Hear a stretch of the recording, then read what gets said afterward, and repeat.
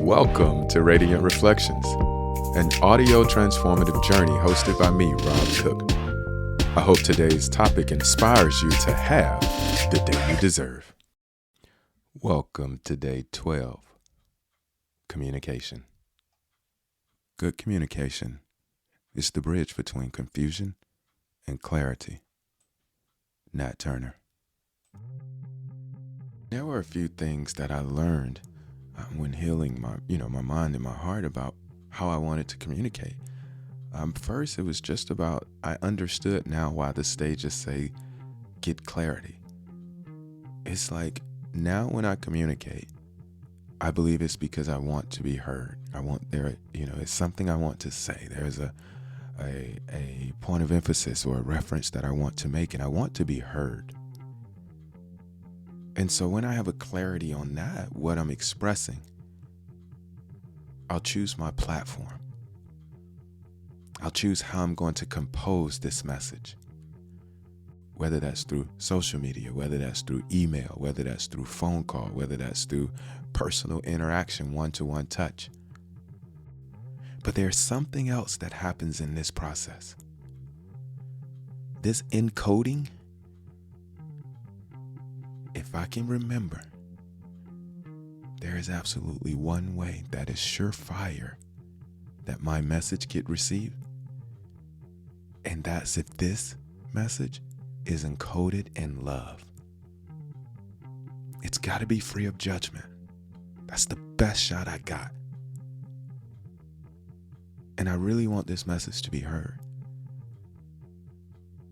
And so doing it in a loving and non-judgmental way is the best shot I got at it being received, in hopes that the recipient clearly hears my message.